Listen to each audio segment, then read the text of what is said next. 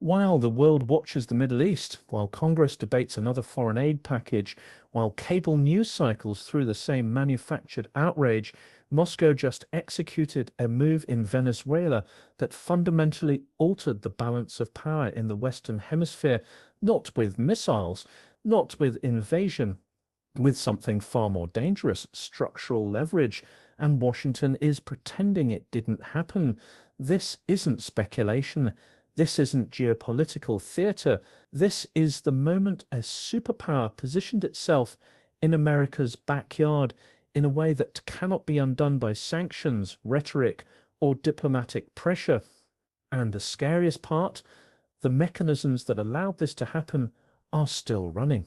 Welcome back to the channel. I'm Jonathan. Let's start with what you've probably heard, because understanding the official story is essential to seeing why it's incomplete.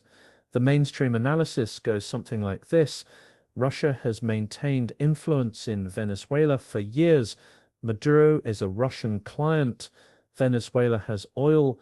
This is just part of the broader US-Russia competition for global dominance. Venezuela is unstable, authoritarian, economically broken, but it's a known problem, managed, understood, and on the surface, that's not wrong. Russian military advisors have been in Venezuela. Russian planes have landed in Caracas. Russian investment has flowed into Venezuelan energy projects. But here's where the narrative collapses.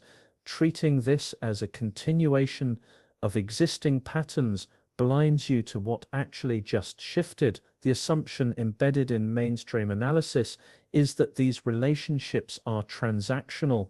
Russia provides military support and maintains a client state as a counterweight to American influence. That's Cold War thinking. That's assuming Russia's goal is symmetrical competition with the United States. It isn't anymore. Russia has moved from influence in Venezuela to structural dependency of Venezuela on Russian systems. Think about what this means in concrete terms. Venezuela's military, not just its leadership, but its actual operational capacity, is now integrated with Russian defense systems, Russian training protocols, and Russian intelligence infrastructure. When you deploy Russian S-300 air defense systems, you don't just get a weapon, you get a relationship. That system requires Russian maintenance, it requires Russian spare parts, it requires Russian technical expertise that no other nation can easily replicate or replace. The oil industry, Venezuela's only real asset, is being rehabilitated through Russian energy companies. Rosneft operates refineries. Russian technicians work the fields. The infrastructure, the expertise, the logistics, all threaded through Moscow. But here's where it gets uncomfortable. Venezuela is also becoming logistically critical to Russia itself. A Venezuela integrated into Russian systems becomes a forward position, not militarily, not yet, but logistically, economically, informationally. It's a foothold in a hemisphere the United States considered secure. It's a pressure point, and unlike Syria, unlike Belarus, Venezuela is geographically close to American territory, American interests, and American allies. The real danger isn't Russian aggression in Venezuela. The real danger is that Washington is still operating under the assumption that this is a competition it can win through pressure, sanctions, or diplomatic recognition of opposition figures. It can't, because Moscow didn't come to Venezuela to win. It came to make losing too expensive for anyone else. Let me explain how this actually works, because the mechanism is what matters. The United States has spent decades assuming that its power in Latin America comes from economic leverage, trade agreements, investment, the dollar, access to markets. That worked when America was the only serious player offering those things. It worked when regional powers didn't have alternatives, but Russia didn't come to Venezuela offering capitalism. It came offering something simpler, no conditions. China does this in Africa. Russia is doing it in Venezuela. The offer is straightforward. We will keep your government functioning. We will supply your military. We will buy your resources. We don't care about your democracy, your human rights record, or your governance structure. We just want strategic positioning. Compare that to the American approach: sanctions, demands for elections, support for opposition movements, pressure on regional allies. The American approach assumes leverage. The Russian approach assumes that leverage doesn't matter if the alternative is collapse. And here's the mechanism that Washington keeps missing. Every time the United States pressures Venezuela, every time it tightens sanctions, every time it supports regime change efforts, it pushes Venezuela deeper into Russian dependency, because for Maduro, for the military, for the ruling structure in Caracas, Russia represents survival, not prosperity, not legitimacy, just survival. The United States is essentially paying for Russian integration of Venezuela by making isolation the cost of independence. This is where the narrative really breaks down. The people running American foreign policy still believe they're playing a game where they control the board. They don't. The board has moved. The pieces are in different positions, and every move they make based on the old map drives reality further from their expectations.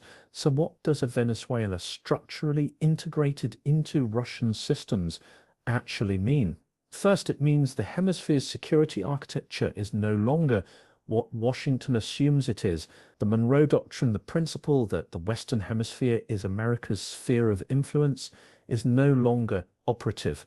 It's being openly challenged by a peer power, and America's response has been ineffective enough that Russia is doubling down rather than retreating. Second, it changes the cost of American military intervention in Latin America. If the United States were to intervene militarily in Venezuela, and let's be clear, that's not happening, but if it were, it would be facing not a local military, but a military integrated with Russian systems, Russian intelligence, Russian operational doctrine. That's not a regional problem anymore. That's a great power confrontation. Third, and this is what keeps being overlooked, a Russian integrated Venezuela becomes a platform for Russian activity across the region: Nicaragua, Colombia, the Caribbean. These aren't independent moves, they're nodes in a network, and that network is expanding while Washington watches. The fourth piece is the one that really matters for the future. It establishes a precedent. Other regional powers, Brazil is watching this, Mexico is watching this. They're learning that American promises of investment and partnership come with conditions, while Russian offers come with no questions asked. That's not sustainable for American influence in the region. And finally, creates a genuine vulnerability in American security planning. Venezuela isn't just a South American country, it's on America's doorstep. It's where your intelligence systems have to work. It's where your naval operations plan around. It's where your alliance structure in the region gets stressed.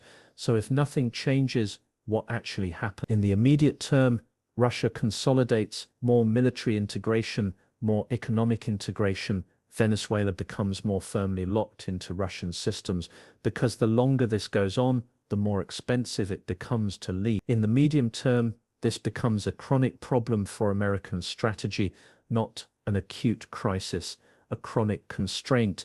Every Latin American policy has to account for the fact that Venezuela is no longer a variable in American calculations. It's a Russian variable. In the longer term, this is about competing visions of how the world is organized. The United States is offering a rules-based international order that requires democratic norms, human rights commitments, transparent. Russia is offering a power-based order where survival and autonomy matter more than legitimacy. In Venezuela, the power-based order is winning. America cannot fix this through pressure. Sanctions won't work because Venezuela is already destroyed economically. Diplomacy won't work because Russia's goal isn't negotiation, it's structural integration. Regime change won't work because any regime that replaces Maduro without Russian support will face the same question: Do I align with the power that offers survival or the power that offers conditions? Washington didn't see this coming because it still operates under the assumption that its economic and military power is sufficient to maintain its sphere of influence. That assumption is being tested and it's failing. This isn't a story about Russia's genius or America's incompetence. This is a story about how power actually redistributes in the world, quietly, deliberately, through mechanisms that don't show up in cable news segments. Venezuela will not be a military threat to the United States, but it will be a permanent constraint on American power in a hemisphere it used to dominate. It will be a staging ground for Russian influence across Latin America. It will be proof that the American system of leverage based on economic integration and institutional pressure doesn't work against powers that have nothing to lose and everything to gain from isolation. This isn't the end of the story, but it may be the end of the illusion that American power in Latin America is stable or secure.